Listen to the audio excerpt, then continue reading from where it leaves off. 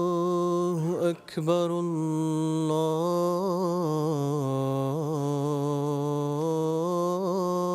الله أكبر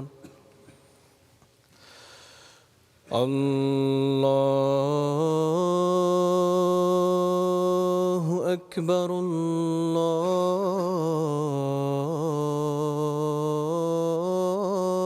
الله أكبر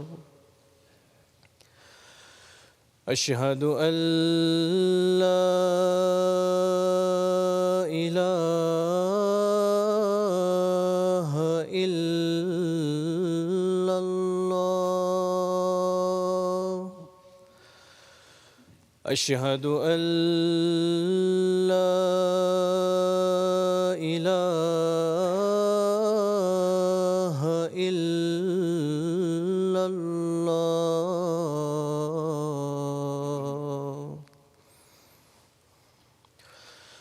أشهد أن محمدًا رسول الله أشهد أن محمدًا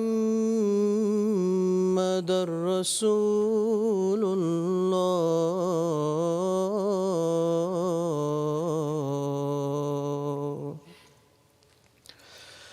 حي على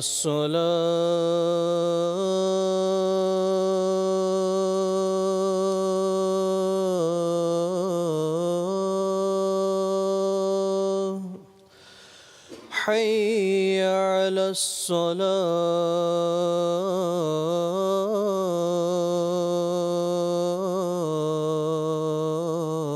الصلاة حي على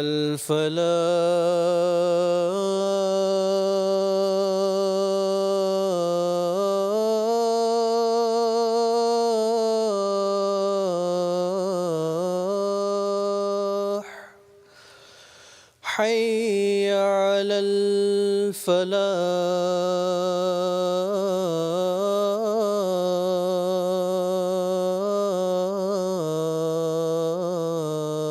الفلاح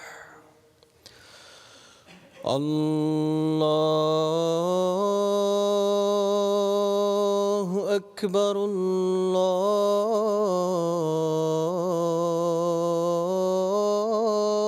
الله أكبر لا إله إلا الله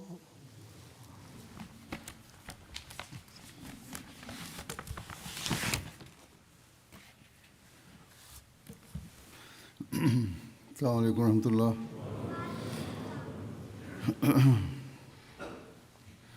أشهد أن لا إله إلا الله وحده لا شريك له وأشهد أن محمدًا عبده ورسوله أما بعد فأعوذ بالله من الشيطان الرجيم بسم الله الرحمن الرحيم الحمد لله رب العالمين الرحمن الرحيم مالك يوم الدين إياك نعبد وإياك نستعين اهدنا الصراط المستقيم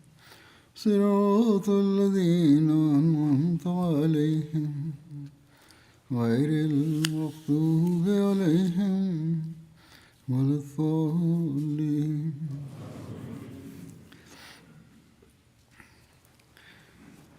हज़रत सल्लल्लाहु अलैहि वसल्लम মহানবী की मोहब्बत इलाही সাল্লাল্লাহু আলাইহি সাল্লামের बेशुमार খোদা वाक़यात প্রেমের बल्कि आपका हर अमल অগণিত ঘটনা রয়েছে, বরং তার প্রতিটি কর্ম এবং প্রতিটি ঘটনাই এই চূড়ান্ত ফলাফলের দিকে নিয়ে যায় যে তার হৃদয়ে সবসময় আল্লাহ প্রেমের এক সমুদ্র উত্তাল ছিল, বিরাজমান ছিল। এর একটি দৃশ্য আমরা ওহদ যুদ্ধে দেখতে পাই, যেখানে जहाँ आपकी খোদার প্রতি তার ভালোবাসার एक अजीब ব্যাকুলতার এক অদ্ভুত ও रवायत অভাবনীয় দৃশ্য দেখা যায়। রওয়ায়াতে বর্ণিত হয়েছে যে হযরত हो ने बयान किया বারা कि हो রাদিয়াল্লাহু আনহু বর্ণনা করেন, উহুদের দিন আমরা মুশরিকদের মুখোমুখি হই।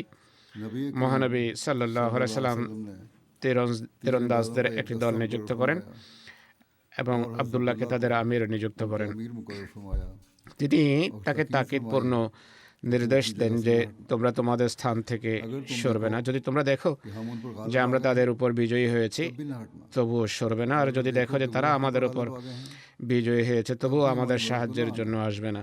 অর্থাৎ বিজয় ও পরাজয় উভয় পরিস্থিতিতে তোমরা তোমাদের নির্ধারিত স্থান পরিত্যাগ করবে না। এখানে यहाँ वाकये की जो इंतहा ঘটনার যে চরম है इसमें जो नजर রূপ आता है ফুটে ওঠে कि आपके अंदर मोहब्बत इलाही का তা হলো তার অন্তরে আল্লাহর ভালোবাসার रावी बयान करते हैं कि जब हम গভীর আবেগ ছিল। বর্ণনাকারী বলেন, যখন আমাদের মোকাবেলা হলো, यहाँ तक শত্রু পিছু হটে औरतों को देखा পালিয়ে গেল, এমনকি মুশরিক নারীদের পাহাড়ের দিকে দৌড়ে পালাতে দেখলাম। कपड़ा उठाया हुआ তারা তাদের পায়ের নলা থেকে কাপড় ওপরে টেনে তুলেছিল এবং তাদের পদসজ্জা দেখা যাচ্ছিল। মুসলমানরা বলা আরম্ভ করে যে মালে গনিমত বা গনিমতের মাল। হযরত আব্দুল্লাহ তাদের বাধা দিলেন, उसे रोका অর্থাৎ তার সাথে যে দলটি ছিল তাদের তিনি থামালেন এবং বললেন, মহানবী সাল্লাল্লাহু আলাইহি ওয়াসাল্লাম তাকিদপূর্ণ নির্দেশ দিয়েছেন যে তোমরা সরে যেও না, কিন্তু তারা তা মানল না। जरा छोड़कर माले गनीमत की तरफ যখন তারা গিরিপথ ছেড়ে গনিমতের সম্পদের দিকে ছুটে এলো, তখন আল্লাহ তাআলাও সেই মুসলমানদের থেকে মুখ ফিরিয়ে নিলেন। অর্থাৎ যখন গিরিপথ इकट्ठा करने के लिए आ गए পরিত্যাগ করে গনিমতের মাল সংগ্রহের জন্য এলো, তখন আল্লাহ তাআলা মুসলমানদের থেকে বিমুখ হলেন। और दुश्मन ने दोबारा যুদ্ধের মোড় ঘুরে গেল এবং শত্রু পুনরায় হামলা করলো আর 70 জন মুসলমান শহীদ হলেন। इस दौरान বর্ণিত হয়েছে যে তখন মহানবী अपने साथियों তার সঙ্গীদের নিয়ে পাহাড়ের পাদদেশে আশ্রিত ছিলেন। हुए थे कि अबू এমত অবস্থায় আবু সুফিয়ান একটি উঁচু স্থানে আরোহণ করে कि क्या চিৎকার করে বলল, मोहम्मद है লোকদের মাঝে কি মোহাম্মদ আছে? आप सल्लल्लाहु अलैहि হুজুর সাল্লাল্লাহু আলাইহি ওয়াসাল্লাম বলেন, তাকে উত্তর দিও না। এরপর সে বলে, फिर এদের মাঝে কি ইবনে আবি কাহাফা রয়েছে? वसल्लम है তিনি বলেন, কোনো উত্তর দেবে না। তখন সে বলল, এদের মাঝে কি ইবনে খাত্তাব আছে, ওমর আছে? उम्र है যখন কোনো जब कोई উত্তর जवाब ना आया আসলো না, আবু সুফিয়ান বলল, এরা সবাই নিহত হয়েছে। যদি জীবিত থাকতো তবে অবশ্যই উত্তর দিত। होते तो जरूर जवाब देते হযরত ওমর রাদিয়াল্লাহু আনহু নিজের উপর নিয়ন্ত্রণ अपने आप पर काबू न হারিয়ে ফেললেন এবং উচ্চস্বরে বললেন, ওহে আল্লাহর সত্য, তুই মিথ্যা বলেছিস। আল্লাহ তোর মোকাবেলায় मुकाबले पर তাকে জীবিত রেখেছেন, যিনি তোকে লাঞ্ছিত করবেন। আবু সুফিয়ান স্লোগান लगाया বা हुबल का এই নারা উচ্চকিত করলো যে হবলের জয়, तो नबी হবল নামক মূর্তির শান উন্নত হোক। তখন সে तुम उसका जवाब दो এটি বলল। साहबा ने যখন সেটি বলল, তখন মহানবী आपने অস্থির হয়ে পড়লেন এবং বললেন, তোমরা এর উত্তর দিচ্ছ না কেন? সাহাবারা নিবেদন করলেন, আমরা কি উত্তর দেব? তিনি বললেন, বলো আল্লাহ আলা ওয়া আজাল, আল্লাহ সুউচ্চ এবং সর্বমহান।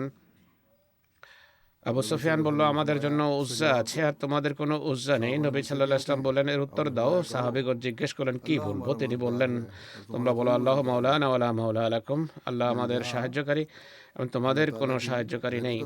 অর্থাৎ যখন আল্লাহ তাআলার और उसकी मोहब्बत का सवाल জন্য আত্মাভিমান এর প্রশ্ন আসলো, খোদা প্রেমের প্রশ্ন আসলো, নিজ প্রাণের কোনো পরোয়া করেননি। তিনি তাৎক্ষণিকভাবে সাহাবীদের নির্দেশ দিলেন যেন এর উত্তর দেওয়া হয়। ইতিপূর্বে প্রজ্ঞার কারণে, হিকমতের কারণে তিনি উত্তর দিতে চাচ্ছিলেন না। এ বিষয়ে হযরত মুসলিম রাদিয়াল্লাহু তাআলা আনহু ইতিহাসের পড়াতে লিখেছেন সেসব সাহাবী যারা মহরমের চতুর্পাশে সমবেত ছিলেন এবং কাফেরদের প্রবল স্রোতের কারণে পেছনে সরে গিয়েছিলেন, কাফেররা পিছু হটা মাত্রই তারা আবার মহানবীর চতুর্পাশে সমবেত হন। সাহাবীগণ সমবেত হলেন এবং তার পবিত্র দেহকে তারা উত্তোলন করলেন, কেননা তিনি ইসলাম সংজ্ঞা হারিয়ে পড়ে গিয়েছিলেন। একজন সাহাবী উবাইদা বিন জাররাহ নিজের দাঁত দিয়ে তার পবিত্র ললাট থেকে কিলক টেনে বের করলেন এবং এতে তার দুটো দাঁত ভেঙে যায়। কিছুক্ষণ পর মহানবী জ্ঞান ফিরে ফেলেন। তিনি যখন আঘাতের কারণে অচেতন হয়ে পড়েছিলেন, যেমনটা আমি বলেছি, তার চেতনা ফিরে পাওয়ার পর সাহাবেরা ময়দানের চারদিকে লোক পাঠালেন এবং এই খবর ছড়ালেন যে মহানবী জীবিত আছেন, সবাই চলে এসুন। শত্রুপক্ষ এই গুজব রটিয়ে দিয়েছিল যে নাউজুবিল্লাহ তিনি শহীদ হয়ে গেছেন। যাই হোক, মুসলিম বাহিনীর ছত্রভঙ্গ অংশটি ফিরে আসে, তারা আবার সমবেত হতে শুরু করে। মহানবী সাল্লাল্লাহু তাদের নিয়ে পাহাড়ের পাদদেশে চলে যান। যখন অবশিষ্ট বাহিনী পাহাড়ের পাদদেশে অবস্থান করছিল, তখন আবু সুফিয়ান অত্যন্ত উচ্চস্বরে গগন বিদারী কণ্ঠে বলে যে আমরা মুহাম্মদকে হত্যা করেছি। মহানবী আবু সুফিয়ানের কথার কোনো উত্তর দেননি, যাতে শত্রু প্রকৃত অবস্থা জানতে পেরে পুনরায় আক্রমণ না করে বসে। শত্রু কোথাও যেন এটি ভেবে না বসে যে মুসলমানরা মরেনি, বরং আহত হয়েছে, আর এর ফলে মুসলমানরা আহত অবস্থায়, তাই তারা পুনরায় আক্রমণ সহ্য করতে পারবে না এবং আহত মুসলমানরা আবার শত্রুর আক্রমণের শিকার হবে, এমন কথা তারা ভাবতে পারে। তখন ইসলামী বাহিনীর পক্ষ থেকে এই কথার কোনো উত্তর পাওয়া যায়নি। আবু সুফিয়ান নিশ্চিত হয়ে যায় যে তার ধারণা সঠিক। সে অত্যন্ত উচ্চস্বরে চিৎকার করে বলে আমরা আবু বকরকে হত্যা করেছি। মহানবী হযরত আবু বকরকে বলেন যে কোনো উত্তর দেবে না। এরপর আবু সুফিয়ান চিৎকার করে বলে আমরা ওমরকেও হত্যা করেছি। তখন হযরত ওমর, যিনি অত্যন্ত তেজস্বী ছিলেন, এর উত্তরে বলতে চাইলেন যে আমরা আল্লাহর কৃপায় জীবিত আছি এবং তোমার মুখোমুখি হওয়ার জন্য প্রস্তুত। কিন্তু মহানবী সাল্লাল্লাহু আলাইহি ওয়াসাল্লাম তাকে বারণ করেন যে মুসলমানদের কষ্টে ফেলো না এবং চুপ থাকো, কারণ সেই সময়টি ছিল দুর্বলতার মুহূর্ত। এখনই আক্রমণ করলে আরো বেশি ক্ষতি হতে পারত। যখন কাফেরদের পূর্ণ বিশ্বাস হলো যে ইসলামের প্রতিষ্ঠাতা এবং তার ডান ও বাম বাহুকে আমরা কর্তন করেছি, তখন আবু সুফিয়ান এবং তার সঙ্গীরা আনন্দের সাথে স্লোগান দিল, ওলো হবল, ওলো হবল, আমাদের সম্মানিত প্রতিমা হুবলের জয় হোক, হুবলের জয় হোক, আমাদের সম্মানিত মূর্তি হুবলের মর্যাদা সুউচ্চ হোক। সে আজ ইসলামের ইতি ঘটিয়েছে। সেই একই রাসূল করিম সাল্লাল্লাহু আলাইহি ওয়াসাল্লাম, যিনি নিজের মৃত্যুর ঘোষণা, আবু বকরের মৃত্যুর ঘোষণা এবং ওমরের মৃত্যুর ঘোষণা নীরব থাকার পরামর্শ দিচ্ছিলেন, যাতে আহত মুসলমানদের উপর কাফের বাহিনী পুনরায় ফিরে এসে আক্রমণ না করে এবং মুষ্টিভর মুসলমান তাদের হাতে শহীদ না হয়ে যায়। এখন যখন এক অদ্বিতীয় খোদার সম্মানের প্রশ্ন উঠল এবং ময়দানের শিরকের স্লোগান দেয়া হলো, তখন তার আত্মা অস্থির হয়ে ওঠে। তিনি অত্যন্ত জোশ এবং আবেগের সাথে সাহাবীদের দিকে তাকিয়ে বললেন, তোমরা উত্তর দিচ্ছ না কেন? সাহাবীরা বললেন যে হে আল্লাহ রাসূল সাল্লাল্লাহু আলাইহি ওয়াসাল্লাম, কি উত্তর দেব? উত্তরে কি বলবো? তিনি বলেন যে তোমরা বলো আল্লাহু আ'লা ওয়া আজাল, আল্লাহু আ'লা ওয়া আজাল। তুমি মিথ্যা বলছো, তোমরা মিথ্যা বলছো যে হুবলের মর্যাদা উন্নীত হয়েছে। আল্লাহ ওয়াহদাহু লা শারীকা, অদ্বিতীয়, এক অদ্বিতীয় সম্মানিত, তার মর্যাদা সর্বোচ্চ, হুবলের নয়। আর এভাবেই তিনি সাল্লাল্লাহু নিজের জীবিত থাকার সংবাদ শত্রুদের কাছে পৌঁছে দিলেন। এই দুঃসাহসিক এবং বীরত্বপূর্ণ জবাবের প্রভাব কাফের বাহিনীর উপর এত গভীর ছিল যে যদিও এই উত্তরের ফলে তাদের আশা আকাঙ্ক্ষা ধুলোয় মিশে যায়, আর যদিও তাদের সামনে মুষ্টিভর আহত মুসলমান দণ্ডায়মান ছিলেন, যাদের উপর আক্রমণ করে তাদের হত্যা করা পার্থিব নিয়ম কানুন অনুসারে একেবারে সম্ভব ছিল, কিন্তু তারা পুনরায় আক্রমণ করার সাহস করতে পারেনি। যেটুকু বিজয় তারা পেয়েছিল তা নিয়েই আনন্দে বগল বাজিয়ে তারা মক্কায় ফিরে যায়। তিনি সাল্লাল্লাহু আলাইহি সাল্লাম খোদা প্রেমে, খোদার ভালোবাসায় শিরকের লেশ মাত্র থাকতে দিতেন না। একটি রওয়ায়াতে রয়েছে, হযরত ইবনে আব্বাস থেকে বর্ণিত, এক ব্যক্তি মহানবী সাল্লাল্লাহু আলাইহি সাল্লামকে বলল, যা আল্লাহ চান এবং আপনি চান। তখন মহানবী বলেন, তুমি কি আমাকে আল্লাহর সমতুল্য করে দিলে? তো তুমি এটি বলো যে যা আল্লাহ তাআলা চান। শিরকের সামান্যতম দিকও भी नहीं आना चाहिए থাকা উচিত না, কিন্তু মানুষ এই ধরনের কথা অনেক সময় বলে ফেলে যে कि अल्लाह चाहे আল্লাহ চাইলে এবং আপনি চাইলে। और ये कह सकते हैं হ্যাঁ, এটি বলা উচিত যে আল্লাহ তাআলা চান अल्लाह चाहे এবং এটি খোদা তাআলার ফজল বা কৃপা। আর তার और उसकी दुआ भी খলিফার বা রসুলের দোয়াও যদি সাথে থাকে তাহলে বরকত হবে। দোয়ার সীমা পর্যন্ত কথা ঠিক আছে, কিন্তু बात गलत है আপনি চাইলে এই শব্দ ব্যবহার করা উচিত না। মহানবী এটিকে কঠোরভাবে ঘৃণার দৃষ্টিতে দেখতেন। रहती थी এরপর তার এই চিন্তা থাকতো যে পাছে লোকেরা কবর সমূহকে সেজদার স্থান না বানিয়ে বসে, কিন্তু দুর্ভাগ্যবশত আজ এরই বিপরীত আমল হচ্ছে। मैंने जिक्र किया था আগেও আমি উল্লেখ করেছি, মুসলমানরা পীর ফকিরদের কবরে গিয়ে কবর পূজা করে, সিজদা করে, सजदे অথচ हालांकि आप তিনি সাল্লাল্লাহু আলাইহি ওয়াসাল্লাম কবরকে সেজদা স্থান मना फरमाया বানাতে বারণ করেছেন। হযরত আয়েশা রাদিয়াল্লাহু আনহা বর্ণনা করেন, बयान किया মহানবী সাল্লাল্লাহু আলাইহি সাল্লাম তার ने अपने इस অন্তিম জীবনের অন্তিম ব্যাধিতে, যে ব্যাধি তিনি ইন্তেকাল করেন, বলেন যে লাআন আল্লাহুল ইহুদা ওয়ান নাসারা তাখাযু কবুর আম্বিয়াহিম মাসাজিদা। আল্লাহ ইহুদি এবং খ্রিস্টানদের উপর অভিসম্পাত বর্ষণ করুন, তারা তাদের নবীদের কবরগুলোকে মসজিদে পরিণত করেছে। হযরত আয়েশা বলছেন, যদি তিনি এই কথা না বলতেন তবে তার কবর উন্মুক্ত রাখা হতো, কিন্তু আমি ভয় পাই যে পাছে একে মসজিদে পরিণত করা না হয়। এই কারণেই স্থান উন্মুক্ত রাখা হয়নি, যাতে এটি ইবাদতের স্থানে পরিণত না হয়। আজকাল সেখানে जंगलें हैं दीवार সরকারের চারিদিকে যথাযথ ব্যবস্থা গ্রহণ করেছে, রেলিং এবং প্রাচীর রয়েছে, যাতে কোনো প্রকার শিরিক প্রকাশ না পায়। এই কাজটি অন্তত তারা ভালো করেছে, কারণ এই শিরিকের প্রতি তিনি ঈসা ইসলাম প্রবল ঘৃণা পোষণ করতেন। আল্লাহ তাআলার একত্রের বর্ণনায় একই রওয়ায়েত রয়েছে, इब्ने अभी হযরত ইবনে আবি কাব থেকে বর্ণিত, मुशरिकीन যে মুশরিকরা মহানবী সাল্লাল্লাহু আলাইহি ওয়াসাল্লামকে বলল, रसूलुल्लाह सल्लल्लाहु अलैहि वसल्लम से कहा আপনি कि আপনার প্রভুর বংশ পরিচয় আমাদেরকে বলুন।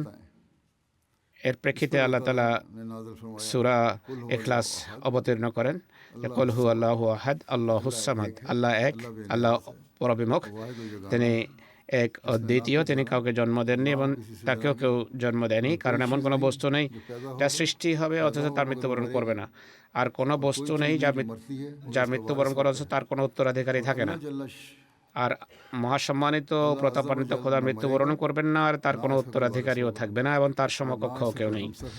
বর্ণনাকারী বলছেন, তার কোনো সদৃশ নেই, আর তার কোনো সমতুল্য নেই, এবং তার মতো আর কেউ নেই। তিনি সাল্লাল্লাহু আলাইহি ওয়াসাল্লাম আল্লাহ তাআলার তাওহীদ বা একত্ববাদের ताला की तौहीद का जिक्र জিকিরের আলোচনা করার কোনো সুযোগ নষ্ট করতেন না। তার প্রতিটি শব্দ থেকে আল্লাহ তাআলার ভালোবাসা চুইয়ে পড়তো। जब भी आप প্রতিটি মুহূর্ত এমন ছিল लफ्ज़ से यही ज़ाहिर होता যে যখনই তিনি কথা বলতেন তার প্রতিটি শব্দ থেকে এটাই প্রকাশ পেত, भरी हुई है। बल्कि आपको दिल অর্থাৎ আল্লাহর ভালোবাসায় তার হৃদয় কানায় কানায় পূর্ণ, বরং তার অন্তর খোদার ভালোবাসায় পরিপূর্ণ, যেখানে অন্য কিছুর স্থান নেই। ने बयान किया হযরত যায়েদ বিন খালেদ জোহনী বর্ণনা করেন, মহানবী সাল্লাল্লাহু আলাইহি ওয়াসাল্লাম আমাদেরকে হুদায়বিয়ার রাতে হাওয়া বৃষ্টির পর होने वाली बारिश के बाद ফজরের নামাজ পড়ালেন। তিনি যখন নামাজ শেষ করলেন তখন লোকদের দিকে तो लोगों की तरफ मुतवज्जो মুখ हुए और ফিরিয়ে বললেন, তোমরা কি জানো তোমাদের প্রভু মহাসম্মানিত আল্লাহ প্রতাপান্বিত খোদা কি বলেছেন? अल्लाह ताला दिलों का हाल जानता है আল্লাহ তাআলা को ख्याल होगा হৃদয়ের অবস্থা জানেন। বৃষ্টি দেখে মানুষের মনে যে চিন্তার বা ধারণার উদ্রেক হয়েছিল তা আল্লাহ তাআলা জানা ছিল, এবং তিনি তার নবীকে অবহিত করেন। সাহাবীরা বললেন যে আল্লাহ এবং তার রাসূলই ভালো জানেন। आपने फरमाया তিনি বলছেন যে আল্লাহ তাআলা বলেন, আমার বান্দাদের মাঝে कि मेरे बंदों में से কিছু कुछ ने इस हाल में सब्र এমন অবস্থায় ভোর করেছে যে ईमान लाने वाले थे তারা আমার উপর ঈমান আনয়নকারী ছিল, আর কেউ ছিল অস্বীকারী। অর্থাৎ লোকদের মাঝে কিছু रात की बारिश देखकर इस तरह এমন অবস্থায় প্রভাত इनमें से बाज ईमान लाने করেছে যে তাদের কতক बाज इनकार करने ঈমান আনয়নকারী সাব্যস্ত হলো আর কতক অস্বীকারী। हम अल्लाह ताला के যে বলল যে আমাদের উপর আল্লাহ তাআলার অনুগ্রহ করেছেন, তার রহমতের মাধ্যমে বৃষ্টি হয়েছে, সে আমার উপর ঈমানদার বা ঈমান আনয়নকারী। कहा নক্ষত্রের অস্বীকারী, আর যে ক্ষেত্রে আর वो ईमान लाने वाले हैं जैसे कि उन्होंने कहा, और सितारों का इनकार करने वाले हैं। সে যুগে নক্ষত্র পূজা হতো। परिस्थिति भी होती তরবিয়তের ক্ষেত্রে ঘাটতি ছিল, প্রশিক্ষণের ক্ষেত্রে ঘাটতিও ছিল। करने वाले অনেক মুশরিক এভাবেই ইসলামে সামিল হয়েছিল যারা পূজা করত। তাই কোনো কোনো লোক বলে ফেলতো যে অমুক নক্ষত্রের প্রভাবে আজ বৃষ্টি হয়েছে, সুতরাং যে বলেছে আজ इनकार करने वाले নক্ষত্রের প্রভাবে বৃষ্টি হয়েছে पर ईमान लाने वाले সে আমাকে অস্বীকার করেছে এবং নক্ষত্রের উপর ঈমান আনয়ন করেছে। অতঃপর আল্লাহ তাআলা তাকে বললেন যে মোহাম্মদ, যেভাবে তুমি আল্লাহ তাআলার একত্ববাদের পূর্ণ উপলব্ধি রাখো, তোমার উপর ঈমান আনয়নকারীদেরও বলে দাও যে কতটা সূক্ষ্মতার সাথে তোমাদের প্রতিটি বিষয়ে আল্লাহ তাআলার তৌহিদ এবং তার মহব্বত, তার ভালোবাসার কথা স্বীকার করা উচিত এবং হৃদয়ের গভীর থেকে এর উপর বিশ্বাস রাখা উচিত। হযরত জাবের বলেন যে মহানবীর কাছে এক ব্যক্তি এসে বলে যে হে আল্লাহ রসুল, জান্নাত এবং জাহান্নামকে অবধারিত করে এমন দুটো বিষয় কি কি? তিনি বলেন, যে ব্যক্তি এই অবস্থায় মৃত্যুবরণ করে যে সে আল্লাহর সাথে কাউকে শরীক করেনি, সে জান্নাতে প্রবেশ করবে। আর যে ব্যক্তি এই অবস্থায় মৃত্যুবরণ করলো যে সে আল্লাহর সাথে কাউকে শরীক করত, সে আগুনে প্রবেশ করবে। সুতরাং আজও প্রত্যেক জিজ্ঞাসার জন্য উত্তর এটি, অর্থাৎ যারা জিজ্ঞেস করে যে শিরক কি, তাদের জন্য এটি উত্তর। যেমনটি মুসলিম ইসলাম বলেছেন, উপকরণের উপর নির্ভর করা, নিজের যোগ্যতা এবং পাণ্ডিত্যের উপর নির্ভর করা, নিজের ধন সম্পদের উপর ভরসা করা, নিজের খানদান বা বংশ গোত্রের উপর নির্ভর করা, নিজের সন্তানদের উপর ভরসা করা, মোট কথা এমন যে কোনো বস্তু যাতে মানুষ আল্লাহ তাআলাকে অগ্রগণ্য না করে, আল্লাহ তাআলার নাম না নিয়ে সেই বস্তুর উপর নির্ভর করে, সে শিরকের অপরাধী। অতএব এই সূক্ষ্মতার সাথে আমাদের নিজেদের পর্যালোচনা করা উচিত যেন আমরা শিরক থেকে মুক্ত থাকি, এর উপর আমল করি এবং আল্লাহ তাআলার ভালোবাসার হৃদয় সৃষ্টি করতে থাকি। এরপর আরও সূক্ষ্মভাবে এক জায়গায় তিনি বলেন, মাহমুদ বিন লবিদ বর্ণনা করেন, মহানবী বলেছেন, আমি তোমাদের ক্ষেত্রে সবচেয়ে বেশি যে জিনিসটি ভয় করি তা হলো শিরকে আসগর বা ছোট শিরক। সাহাবীরা বললেন, হে আল্লাহর রাসূল, ছোট শিরক বা শিরকে আসগর কি জিনিস? তিনি বললেন, রিয়া বা লোক দেখানো, প্রদর্শন। কিয়ামত দিবসে আল্লাহ তাআলা বলবেন, যাদের দেখানোর জন্য তোমরা পৃথিবীতে লোক দেখানো কাজ করতে, তাদের কাছে যাও, দেখো তোমরা তাদের কাছে কোনো প্রতিদান পাও কিনা। তোমরা তো কিছু কাজ তাদের দেখানোর জন্যই করতে, তবে তাদের থেকে প্রতিদান নাও। সুতরাং লোক দেখানো ইবাদত ও রিয়া, অর্থাৎ মানুষকে দেখানোর জন্য কৃত্রিম নীতি ও ভণ্ডামি, এই বিষয়গুলো আল্লাহ তাআলার নিকট অত্যন্ত অপছন্দনীয়। কারণ সেই কাজগুলো তোমরা আল্লাহ তাআলাকে সন্তুষ্ট করার জন্য করছো না, বরং লোকদের দেখানোর জন্য, তাদের সন্তুষ্ট করার জন্য করছো। এই গভীরতার সাথে আমাদের আত্মবিশ্লেষণ করা উচিত যে আমাদের কর্ম কেমন, কারণ পরকালে এ ধরনের কোনো ওয়াসিলা কাজে আসবে না। আল্লাহ তাআলার ফজল এবং কৃপাই কাজে আসবে এবং মহানবী সাল্লাল্লাহু আলাইহি ওয়াসাল্লামের রীতি সুন্নত নীতি অনুসরণ, তার আনুগত্য অনুসরণই আসল কাজ, যা কাজে আসার মতো বস্তু, যা আল্লাহ তাআলা স্বয়ং পছন্দ করেছেন। আর এই কারণে আল্লাহ তাআলা বলছেন যে ফাত্তাবিউনি ইউহিব্বুকুমুল্লাহ, তার মাধ্যমে তিনি ঘোষণা করিয়েছেন লোকদের সামনে যে তাদেরকে বলো যে তোমরা আল্লাহকে ভালোবাসো, তবে আমার অনুসরণ করো, তাহলে আল্লাহ তোমাদের ভালোবাসবেন। আরেকটি হাদিসে রয়েছে, হযরত আবু হুরায়রা বর্ণনা করেন, মহানবী সাল্লাল্লাহু আলাইহি সাল্লামের বরাতে তিনি বলেন, এই মহানবী বলেছেন, মহাসম্মানিত মহাপ্রতাপান্বিত আল্লাহ সে ব্যক্তির জন্য যে তার পথে জেহাদে বের হয় এই দায়িত্ব নিজ কাঁধে নিয়েছেন যে আমি হয় তাকে তার অর্জিত পুরস্কার বা গনিমতের মালসহ ঘরে ফিরিয়ে আনবো, অথবা তাকে জান্নাতে প্রবেশ করাবো। অর্থাৎ হয় বিজয় হবে, আর যদি শাহাদাত হয় সে জান্নাতে প্রবেশ করবে।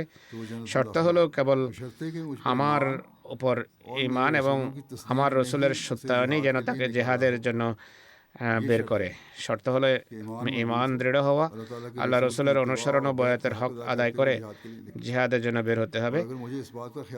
তিনি বলেন, আর আমার যদি এই চিন্তা না থাকতো যে আমি আমার উম্মতকে কষ্টে ফেলে দেব, তবে আমি প্রতিটি সেনাদলের সাথেই জিহাদের জন্য বের হতাম। আমার তো আকাঙ্ক্ষা এই যে আমি আল্লাহর পথে নিহত হই, অথবা জীবিত হই, পুনরায় নিহত হই, পুনরায় জীবিত হই এবং পুনরায় নিহত হই। মহানবী সাল্লাল্লাহু আলাইহি ওয়াসাল্লাম নিজের আকাঙ্ক্ষা ব্যক্ত করেছেন।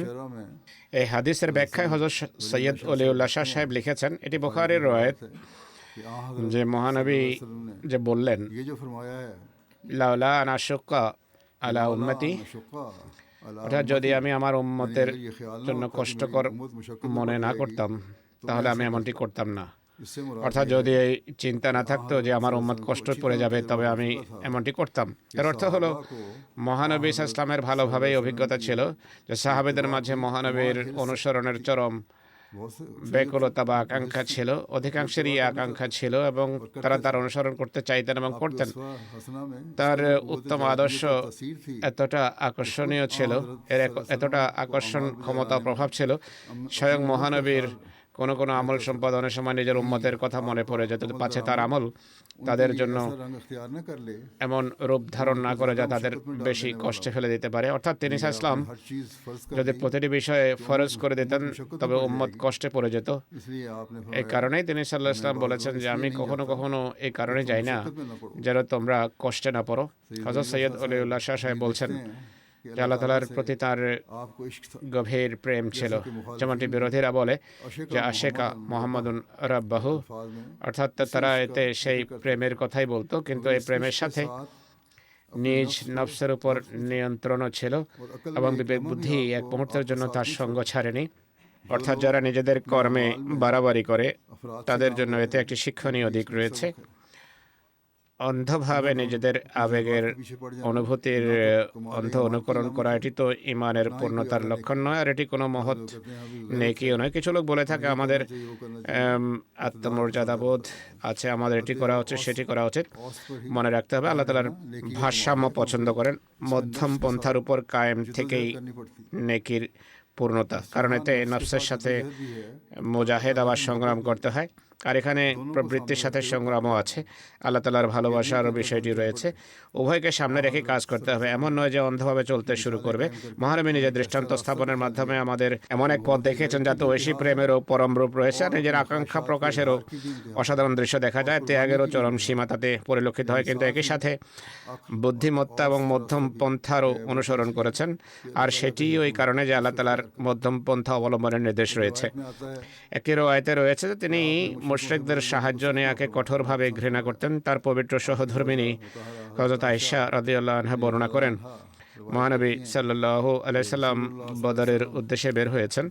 তিনি যখন जब आप हर्रतुल হাররাতুল ওয়াবারা পৌঁছেন, যা মদিনার পশ্চিমে 3 মাইল দূরত্বে অবস্থিত, তখন তার সাথে এক ব্যক্তির দেখা হয় যার সাহস এবং বীরত্বের অনেক চর্চা ছিল। সে অত্যন্ত সাহসী মানুষ ছিল। মহানবী সাল্লাল্লাহু আলাইহি ওয়াসাল্লামের সাহাবীরা তাকে দেখে খুবই আনন্দিত হন যে সে এসেছে আমাদের সাথে যুদ্ধে শরীক হবে। और हमारे साथ जंग में शामिल हो। যখন মহানবীর সাথে তার সাক্ষাৎ হয় তখন সে মহানবী সাল্লাল্লাহু আলাইহি ওয়াসাল্লামের সমীপে নিবেদন করে যে আমি আপনার সাথে कि मैं आपके যাওয়ার জন্য, आपके साथ আপনার সাথে মালে গনিমত থেকে অংশ পাওয়ার জন্য এবং আপনাকে সাহায্য করার জন্য এসেছি। হুজুর সাল্লাল্লাহু আলাইহি ওয়াসাল্লাম জিজ্ঞেস করেন, তুমি কি আল্লাহ এবং তার রাসূলের প্রতি ঈমান আনো? সে বলল না। उसने कहा नहीं। তিনি বললেন, তবে ফিরে যাও, उसने फरमाया কারণ আমি কোনো মুশরিকের সাহায্য নেব না। किसी मुशरिक से मदद नहीं ली। হযরত আয়েশা রাদিয়াল্লাহু আনহা বলেন যে সে ফিরে যায়। फरमाते हैं कि वो चला गया। यहाँ तक আমরা যখন শাজারা নামক স্থানে পৌঁছলাম, যা মদিনা থেকে जो मदीने से 7 मील पर 7 মাইল দূরে যুলহুলাইফায় एक दरख्त था। অবস্থিত से रसूलुल्लाह একটি গাছ ছিল যেখানে মহানবী এহরাম বাঁধতেন। সে ব্যক্তি সেখানে আবার মহানবীর কাছে আসে, সে মহানবীকে দেখে शख्स ने आपको पाया। পূর্বে যেভাবে বলেছিল সেভাবেই কথার পুনরাবৃত্তি করে।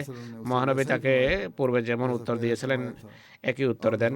তিনি বলেন, ফিরে যাও, আমি কোনো মুশরিকের সাহায্য নেব না। मुशरिक से मदद नहीं लूंगा। এরপর সে ফিরে যায় फिर वो लौट এবং বায়দা নামক স্থানে মহানবীর সাথে তার দেখা হয়, যা মক্কা মদিনার মাঝে যুলহুলাইফার আগে অবস্থিত একটি জায়গা। সেখানে মহানবী সাল্লাল্লাহু আলাইহি ওয়াসাল্লাম তাকে আবার জিজ্ঞেস করলেন, তো যেভাবে পূর্বে জিজ্ঞেস করেছেন, যে অর্থাৎ তুমি কি আল্লাহ এবং তার রাসূলের প্রতি ঈমান আনো? मान लाते हो। তখন সে বলল, জি হ্যাঁ। उसने अब कहा कि जी हाँ।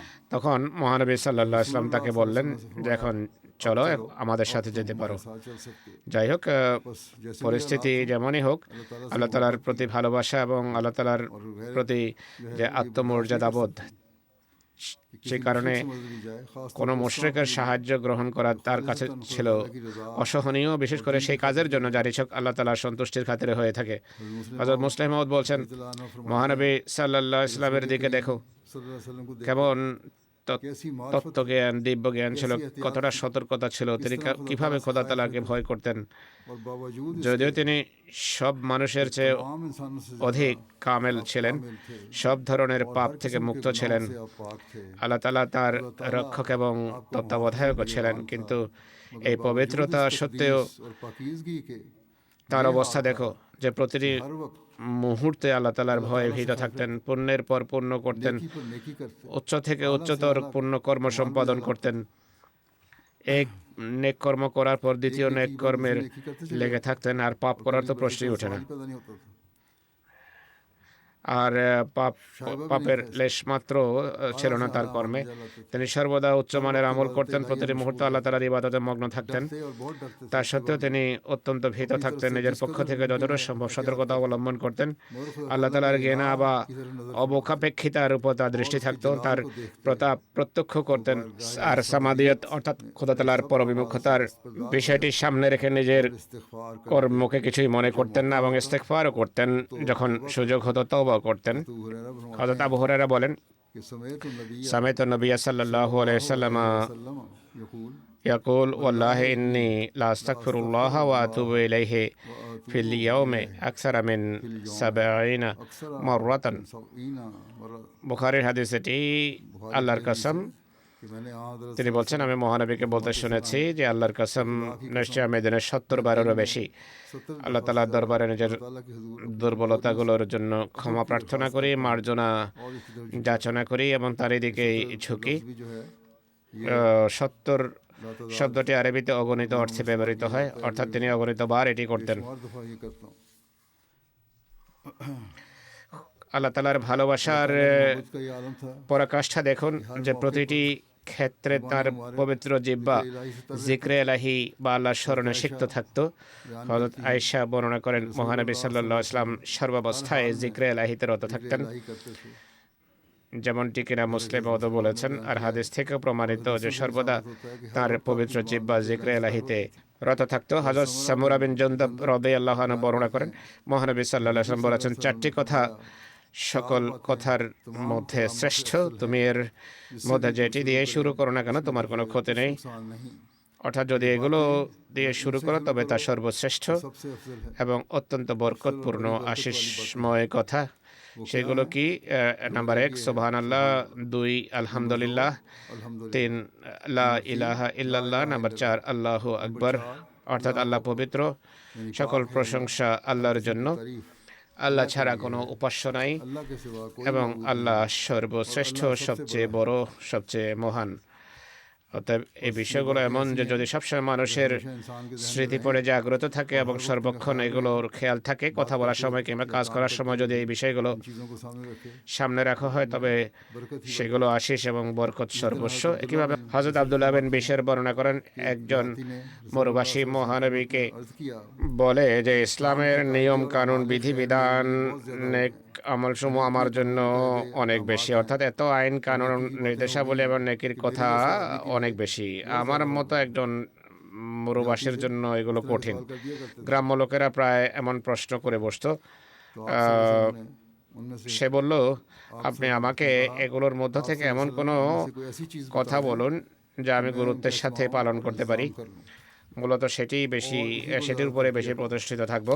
মহানবী বলেন, आप सल्लल्लाहु अलैहि वसल्लम ने फरमाया, তোমার জিহ্বা যেন অনবরত আল্লাহর স্মরণে সিক্ত থাকে। तर रहे, তিনি বললেন जुबान को याद যে से तर रखो, লা ইয়াজালু লিসানুকা जालो রাতবাম মিন যিকরিল্লাহি আযজা ওয়া জাল, फिल्लाह है, তোমার জিহ্বা যেন সর্বদা तुम्हारी অনবরত নিরবচ্ছিন্নভাবে আল্লাহ তাআলার স্মরণে সিক্ত থাকে।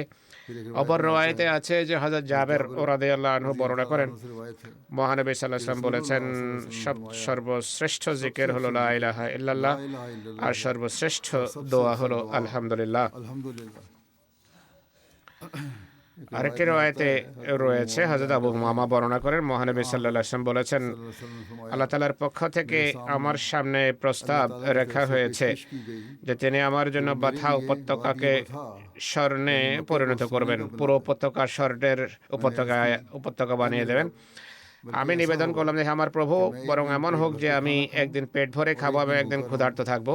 उस जब मैं যখন আমি ক্ষুধার্ত থাকবো তখন तेरे हुजूर आहुजारी আপনার দরবারে और तुझे याद करूंगा, আহাজারি করব এবং আপনাকে স্মরণ করব। আর যখন আমি তৃপ্ত হয়ে আহার করব, তখন আপনার প্রশংসা এবং আপনার প্রতি কৃতজ্ঞতা জ্ঞাপন করব।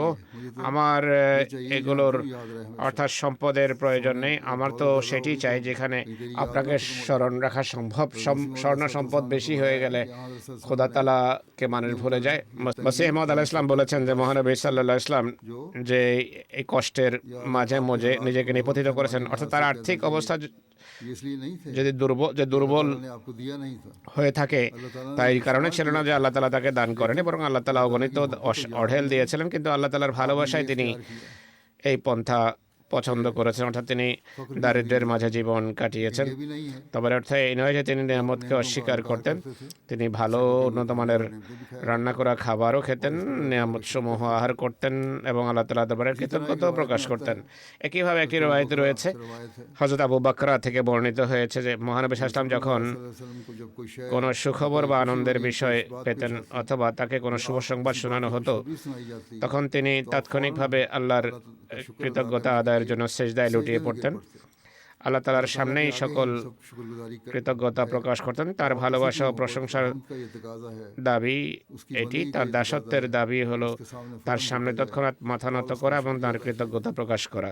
हसबरा হযরত বারা বিন আজিব বর্ণনা করেন যে মহানবী সাল্লাল্লাহু আলাইহি ওয়াসাল্লাম বলেছেন, वसल्लम ने फरमाया যখন তুমি নিজের বিছানায় আসবে তখন ওযু করো, নামাজের नमाज के लिए ওযু করো, অর্থাৎ ঘুমানোর আগে ওযু করে নেওয়া একটি ভালো কাজ। এরপর ডান কাত হয়ে শুয়ে পড়ো আর দোয়া করো। और दुआएं पढ़ो। আমি এই দোয়াগুলোর অনুবাদ পড়ছি যা নিম্নরূপ: যে হে আল্লাহ, আমি নিজেকে তোমার मैंने अपने आप को तेरे হাতে ন্যস্ত করলাম, আমি আমার কাজগুলো তোমাকে সঁপে দিলাম, তোমাকে নিজের আশ্রয় মানালাম, তোমাকে ভয় করে এবং তোমার প্রতি ভালোবাসা রেখে। मोहब्बत रखते हुए তুমি ছাড়া কোনো আশ্রয়স্থল নেই এবং কোনো নাজাত বা মুক্তির স্থান নেই, মুক্তি কেবল তোমারই কাছেই।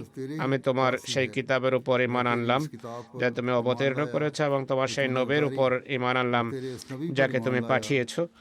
মহানবী সাল্লাল্লাহু আলাইহি ওয়াসাল্লাম বলেন, এই দোয়াটি করো। যদি তুমি সেই রাতে মৃত্যুবরণ করো তবে তুমি ফিতরত বা স্বভাবজাত ধর্মের উপর মৃত্যুবরণ করবে, সুতরাং এই বাক্যগুলোকে তোমাদের শেষ কথা বানাবে।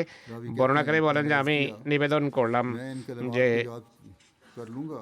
আমি এই শব্দগুলো মুখস্থ করে নেব এবং আমি পুনরাবৃত্তি করার সময় পুনরাবৃত্তি করতে গিয়ে এটিও বলবো ওয়াবে রসুলিকাল্লাযী আরসালতা, অর্থাৎ আমি এই শব্দগুলো অন্তর্ভুক্ত করব। তখন মহানবী বলেন যে না, তুমি এটি বলো ওয়াবে নবিয়িকাল্লাযী আরসালতা, তোমার সেই নবীর প্রতিও যাকে তুমি পাঠিয়েছো ঈমান আনলাম বা ঈমান আনছি, ঈমান আনবো। হযরত মুসলিহ মাউদ রাদিয়াল্লাহু তাআলা আনহু বলেন, फरमाते हैं মহানবী সাল্লাল্লাহু আলাইহি ওয়াসাল্লাম মৃত্যুর বিষয়ে কোনো সময় উদাসীন থাকতেন না, বরং খোদা তাআলার ভয়, খোদা ভীতি এতটাই প্রবল ছিল তার উপর যে প্রতিদিন এই বিশ্বাস নিয়ে ঘুমাতেন যে হয়তো আজই মৃত্যু এসে যাবে, আজই আল্লাহর দরবারে উপস্থিত হতে হবে। এই কারণে তিনি এমন এক মুসাফিরের মতো থাকতেন যার বিশ্বাস থাকে ট্রেন এখনই ছেড়ে দেবে। যার এই বিশ্বাস থাকে সে কখনো নিজেকে এমন কোনো কাজে জড়ায় না যা পরিত্যাগ করা তার জন্য কঠিন হয়ে পড়ে। ট্রেনে আরোহণ করতে হবে, তাই কোথাও এমন না হয় যে দেরি হয়ে যায় আর ট্রেন ছেড়ে যায়, তাই সে গাড়ির অপেক্ষায় থাকে। इंतजार में रहता है गाड़ी के। মহানবীও তার প্রতিটি মুহূর্ত তার প্রিয়তমের কাছে যাওয়ার জন্য প্রস্তুত থাকতেন। যে মুহূর্তটি অতিক্রান্ত হতো फजल का नतीजा তাকে আল্লাহর কৃপা মনে করতেন এবং মৃত্যু স্মরণ রাখতেন। हुज़ैफा হযরত হুযায়ফা বর্ণনা করেন, হুজুর সাল্লাল্লাহু আলাইহি সাল্লামের অভ্যাস ছিল যে যখন তিনি বিছানায় শুতেন তখন নিজের গালের নিচে হাত রাখতেন এবং বলতেন, और फरमाते বিসমিকা রাব্বি আমুতু ওয়া আহইয়া, হে আমার প্রভু, তোমারই নামে আমি মরি এবং তোমারই নামে আমি জীবিত হই। ঘুম থেকে জাগ্রত হলে এই দোয়া করতেন, আলহামদুলিল্লাহিল্লাযী আহইয়ানা বাদা মা আমাতানা ওয়া ইলাইহিন নুশুর। সকল প্রশংসা আল্লাহর, যিনি আমাদের মারার পর পুনরায় জীবিত করেছেন, তারই দিকে ফিরে যেতে হবে, वाक़े से मालूम होता है তার দিকেই পুনরুত্থান। এই ঘটনা থেকে জানা যায় যে তিনি প্রতি রাতে বিছানায় যখন যেতেন নিজের পক্ষ থেকে হিসাব চুকিয়ে যেতেন ताला से दुआ আর আল্লাহ তাআলার কাছে দোয়া করতেন যে যদি আমি মৃত্যুবরণ করি তবে যেন তোমারই নামে আমার জীবন বা মৃত্যু হয়। আর যখন ঘুম থেকে উঠতে তখন আল্লাহ তাআলার অনুগ্রহের कि मैं तो अपनी तरफ से ওপর दुनिया से अलग हो चुका অনুগ্রহের জন্য প্রশংসা করতেন। অর্থাৎ আমি তো নিজের পক্ষ থেকে দুনিয়া থেকে বিচ্ছিন্ন হয়ে গিয়েছিলাম, এটি তোমারই অনুগ্রহ যে তুমি পুনরায় আমাকে জীবিত করেছো এবং আমার আয়ু বা জীবনে বরকত দান করেছো। তো প্রথম দোয়া থেকে প্রতীয়মান হয় যে মহানবী প্রতিটি মুহূর্ত মৃত্যুকে স্মরণ রাখতেন। ঠিক একইভাবে এই দোয়াটিও এই বিষয়ের উপর সাক্ষী বা এই বিষয়ে এর সাক্ষ্য বহন করে। আরেকটি দোয়া রয়েছে, তিনি নিজের জীবনের প্রতিটি মুহূর্তকে শেষ মুহূর্ত মনে করতেন এবং যখন ঘুমাতে যেতেন তখন নিজের প্রভুর সাথে নিজের বিষয়ে ফয়সলা করে নিতেন। যেমন হযরত বারা রাদিয়াল্লাহু আনহু বর্ণনা করেন যে মহানবী সাল্লাল্লাহু আলাইহি সাল্লাম যখন বিছানায় শুতেন তখন ডান কাত হয়ে শুতেন, এরপর বলতেন, হে আমার প্রভু, আমি আমার প্রাণ তোমার হাতে সুপুর্দ করছি, আমি আমার পূর্ণ মনোযোগ তোমার দিকে নিবিষ্ট করছি, আমি আমার সকল বিষয় তোমার হাতে সুপুর্দ করছি, নিজেকে তোমার আশ্রয় দিচ্ছি, তোমার কাছেই কল্যাণের প্রত্যাশী, তোমার মহত্ব এবং অমুখাপেক্ষিতা থেকে ভীত বটে। তোমার ক্রোধ থেকে বাঁচার জন্য তুমি ছাড়া কোনো আশ্রয়স্থল নেই এবং কোনো নাজাত বা মুক্তির স্থানও নেই, তবে কেবল তোমার কাছে মুক্তি এবং আশ্রয় প্রার্থনা করা যায়। আমি সেই কিতাবের উপর ঈমান আনি যা তুমি অবতীর্ণ করেছ, আর সে রসুলের উপর যাকে তুমি পাঠিয়েছ। এই দোয়াটি তিনি আমাদের শিখিয়েছেন এবং নিজে এর উপর প্রতিষ্ঠিত থাকতেন। মুসলিম বলছেন যে মানুষ দোকান বন্ধ করার সময় পূর্ণ হিসাব মিলিয়ে বের হয়, ব্যবসায়ীরা রাতে তাদের ব্যবসায়িক হিসাব বন্ধ করে বের হয়, কিন্তু আল্লাহ তাআলার সাথে তাদের হিসাব পরিষ্কার করে না, এই বিষয়ে তারা উদাসীন, ভ্রুক্ষেপহীন। কিন্তু সেই মনোনীত রসুলের মর্যাদা দেখুন, যিনি সকাল থেকে সন্ধ্যা পর্যন্ত আল্লাহর ফরজসমূহ বা অর্পিত দায়িত্বসমূহ পালনে নিয়োজিত থাকতেন। কেবল নিজেই পালন করতেন না, বরং হাজার হাজার মানুষের তদারকিও করতেন, দেখতেন যে তারাও দায়িত্ব পালন করছে কিনা। কিন্তু এই রসুল রাতে ঘুমানোর পূর্বে নিজের সমস্ত চেষ্টা এবং ইবাদত থেকে চোখ বন্ধ করে অত্যন্ত বিনীতভাবে নিজের প্রভুর দরবারে এভাবে হিসাব পরিষ্কার করার জন্য দাঁড়িয়ে যেতেন যেন তিনি কোনো খেদমতই করেননি। আর ততক্ষণ ঘুমাতেন না যতক্ষণ না নিজের প্রাণ সম্পূর্ণভাবে আল্লাহর হাতে সুপুর্দ করে দুনিয়া এবং দুনিয়া যা কিছু আছে তার সাথে সম্পর্ক ছিন্ন করে সম্পূর্ণভাবে আল্লাহর হাতে নিজেকে সুপুর্দ না করতেন। রওয়ায়েতে রয়েছে, হযরত আনাস বিন মালিক রাদিয়াল্লাহু তাআলা আনহু বর্ণনা করেন, মহানবী সাল্লাল্লাহু আলাইহি ওয়াসাল্লাম বলেছেন, ফজরের নামাজ থেকে আরম্ভ করে সূর্যোদয় পর্যন্ত যারা আল্লাহর স্মরণে রত থাকে তাদের সাথে বসা আমার নিকট হযরত ইসমাইলের বংশধর থেকে 4 জন কৃতদাস মুক্ত করার থেকে বেশি পছন্দনীয়। আর আসরের নামাজ থেকে সূর্যাস্ত পর্যন্ত আল্লাহর জিকিরকারীদের সাথে বসা আমার নিকট 4 জন কৃতদাস মুক্ত করার চেয়ে বেশি প্রিয়। আল্লাহর প্রতি ভালোবাসার কারণে আল্লাহর খোদা প্রেমিক এবং তার জিকিরকারীদের তিনি হযরত ইসমাইল, তার বংশধর এবং নিকটাত্মীয়ের উপর প্রাধান্য দিয়েছেন। তাদের সবার দাসত্ব তো সহ্য সহনীয় ছিল, কিন্তু খোদার সাথে বিচ্ছেদ সহনীয় নয়। এটি কিভাবে সম্ভব যে কোথাও আল্লাহ তাআলার জিকির হচ্ছে, আল্লাহ তাআলার ভালোবাসার আলোচনা হচ্ছে, আর আমি সেই মজলিস থেকে দূরে থাকব? সুবহানাল্লাহ, ঐশী প্রেমের কি মহান মর্যাদা! হযরত মুহাম্মদ রাসূলুল্লাহ সাল্লাল্লাহু আলাইহি ওয়াসাল্লাম অধিষ্ঠিত ছিলেন, তিনি মানুষের মাঝেও খোদা প্রেম সৃষ্টি করছেন, নিজে খোদার প্রেমে পরম মার্গে উপনীত ছিলেন। এরপর নিজের অনুসারীদের নসিহত করছেন যে তোমরা সর্বদা আল্লাহ তাআলার ভালোবাসায় নিমগ্ন থেকো। তিনি বলেন, আল্লাহর দৃষ্টিতে সবচেয়ে পছন্দনীয় কর্ম হলো এমন অবস্থায় তোমার জীবনের মৃত্যু আসা যে তুমি খোদার স্মরণে রত থাকবে, খোদার জিকিরে রত থাকবে, তোমার জিকিরে খোদার স্মরণে তোমার জিহ্বা সিক্ত থাকবে। রওয়ায়াতে রয়েছে, আবু দারদা বর্ণনা করেন, মহানবী বলেছেন, আমি কি তোমাদের এমন একটি কাজের কথা বলবো না যা তোমাদের মালিকের নিকট সবচেয়ে উত্তম, সবচেয়ে পবিত্র, তোমাদের মর্যাদা সবচেয়ে বেশি বৃদ্ধিকারী এবং তোমাদের জন্য সোনা রূপা ব্যয় করার চেয়ে উত্তম, আর শত্রুর মুখোমুখি হওয়ার চেয়েও বেশি পুণ্যের কারণ। যখন তোমরা তাদের শিরচ্ছেদ করবে আর তারা তোমাদের শিরচ্ছেদ করবে, অর্থাৎ শত্রুর সাথে লড়াই, শত্রুর মোকাবেলা এবং হত্যা ও রক্তপাত আর যুদ্ধ থেকেও বেশি পবিত্র বিষয় কি তা রাসূলুল্লাহ জানাতে চেয়েছেন। সাহাবীরা মহানবীর প্রশ্নের উত্তরে বলেন যে, হে আল্লাহর রাসূল, কেন নয়? আজকাল মুসলমানরা বলে জেহাদেই সবচেয়ে শ্রেষ্ঠ, শত্রুর শিরচ্ছেদ করো। শত্রুর তো শিরচ্ছেদ করতে পারে না, নিজেদের লোকদেরই তারা শিরচ্ছেদ করছে, যা সবচেয়ে বড় পাপ। যাই হোক, এখানে মহানবী সাল্লাল্লাহু আলাইহি ওয়াসাল্লাম বলেন, আমি যে কথা বলতে যাচ্ছি সেটি এর চেয়ে উত্তম।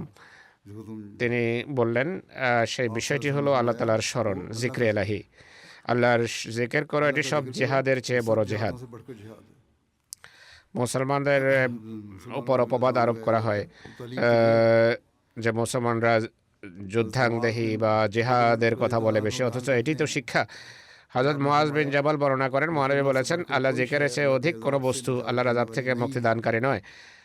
আল্লাহর জিকির যদি হয়, আল্লাহকে যদি স্মরণ করা হয়, তাহলে অনেক শাস্তি থেকে খোদা তোমাদের মুক্তি দেবেন।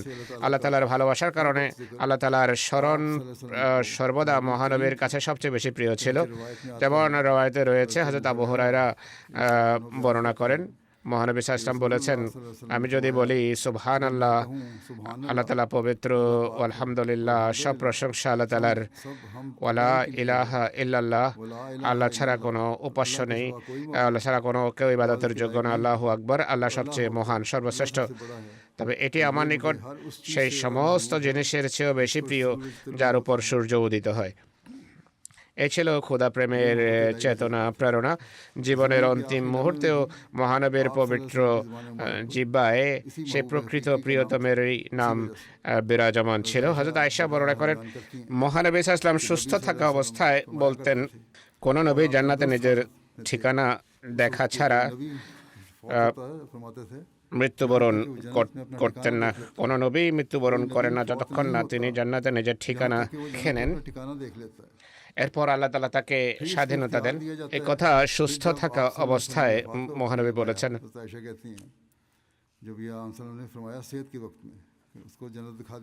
যাই হোক, হযরত আয়েশা বলেন, মহানবীর মৃত্যুর সময় ঘনিয়ে আসে, যখন তার পবিত্র মাথা আমার উরুর উপর ছিল, তখন তার উপর একবার তিনি সংজ্ঞা হারিয়ে ফেলেন। এরপর তার সংজ্ঞা ফিরে এলে ঘরের ছাদের দিকে দৃষ্টি তুলে বললেন, আল্লাহুম্মা রফিক আল আলা, হে আল্লাহ, রফিকে আলা বা সর্বোচ্চ বন্ধুর নিকট। হযরত আয়েশা বলেন, আমি মনে মনে বললাম, এখন তো তিনি আর আমাদের চয়েস বা অগ্রাধিকার দেবেন না, অর্থাৎ তিনি আল্লাহকে বেছে নিয়েছেন। আমার কাছে মনে হলো এটি সেই কথা যা তিনি সুস্থ অবস্থায় আমাদের কাছে বর্ণনা করতেন, যে তাকে পছন্দ করার সুযোগ দেওয়া হচ্ছে বা তাকে স্বাধীনতা দেওয়া হচ্ছে, তিনি এখন আল্লাহ তাআলার কাছে চলে যাচ্ছেন। হযরত আয়েশা বলেন যে সবশেষে যে কথাটি তিনি সাল্লাল্লাহু বলেছেন তা হলো আল্লাহুম্মা রফিক আল আলা। হযরত আয়েশা অন্য এক জায়গায় বলেন, আমার উপর আল্লাহ তাআলার নিয়ামতের মধ্যে একটি হলো রাসূলুল্লাহ সাল্লাল্লাহু আলাইহি ওয়াসাল্লাম আমার ঘরে আমার নির্ধারিত দিনে এবং আমার বুক ও কণ্ঠার মাঝখানে আশ্রয় নিয়ে মৃত্যুবরণ করেন। আর এটিও আল্লাহর নিয়ামত যে আল্লাহ তাআলা তার মৃত্যুর সময় আমার লালা ও তার লালাকে একত্রিত করেছেন। লালা একত্রিত হওয়ার বিষয়টি তিনি এভাবে বর্ণনা করেন, আব্দুর রহমান আমার কাছে এলেন, তার হাতে একটি মেসওয়াক ছিল, আমি রাসূলুল্লাহ সাল্লাল্লাহু আলাইহি ওয়াসাল্লামকে হেলান দিয়ে ধরে রেখেছিলাম। আমি দেখলাম যে তিনি মেসওয়াকের দিকে তাকাচ্ছেন। আমি জানতাম তিনি মেসওয়াক পছন্দ করতেন। আমি বললাম, আমি কি আপনার জন্য নেব? তিনি মাথা নেড়ে সম্মতি সূচক ইশারা করলেন। আমি সেটি তাকে দিলাম। সেটি তার জন্য শক্ত ছিল। আমি পুনরায় বললাম, আমি কি আপনার জন্য নরম করে দেব? তিনি মাথা নেড়ে সম্মতি দেন। হযরত আয়েশা বললেন, এরপর আমি তার নিজের দাঁত দিয়ে চিবিয়ে নরম করলাম।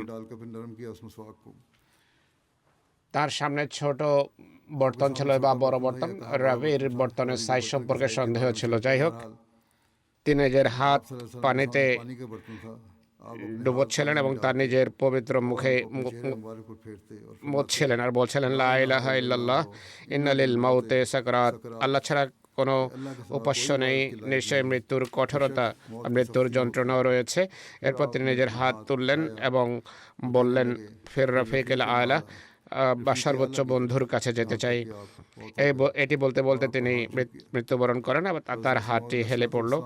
হযরত মসিহে মউদ আলাইহিস সালাতু ওয়াস সালাম বলেন, আল্লাহ তাআলা মহানবী সাল্লাল্লাহু আলাইহি ওয়াসাল্লামকে শেষ সময়ে স্বাধীনতা দিয়েছিলেন যে যদি পছন্দ হয় পৃথিবীতে অবস্থান করতে পারো, আর চাইলে আমার কাছে ফিরে আসতে পারো। তিনি নিবেদন করলেন যে, হ্যাঁ আমার প্রতিপালক, এখন আমি তোমার কাছেই যেতে চাই।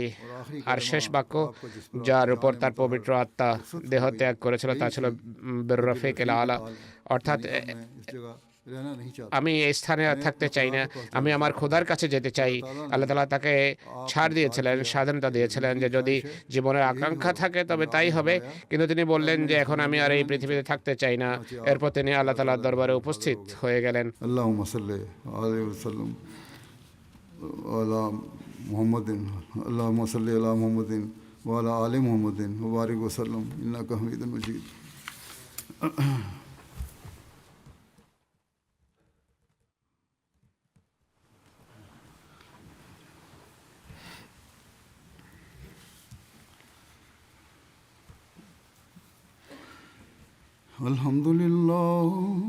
الحمد لله نحمده ونستعينه ونستغفره ونؤمن به ونتوكل عليه ونعوذ بالله من شرور أنفسنا ومن سيئات أعمالنا من يهده الله فلا مضل له ومن يضلله فلا هادي له ونشهد أن لا إله إلا الله وحده لا شريك له ونشهد أن محمدا عبده ورسوله عباد الله رحمكم الله إن الله يأمر بالعدل والإحسان وإيتاء ذي القربى وينهى عن الفحشاء